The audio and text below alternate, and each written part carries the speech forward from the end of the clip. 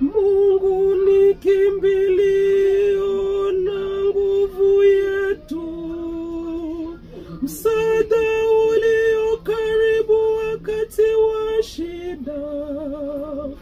Kwa hiyo hatuogopi kitu kama nchi itapinduka, kama mlima itaanguka katikati ya bahari.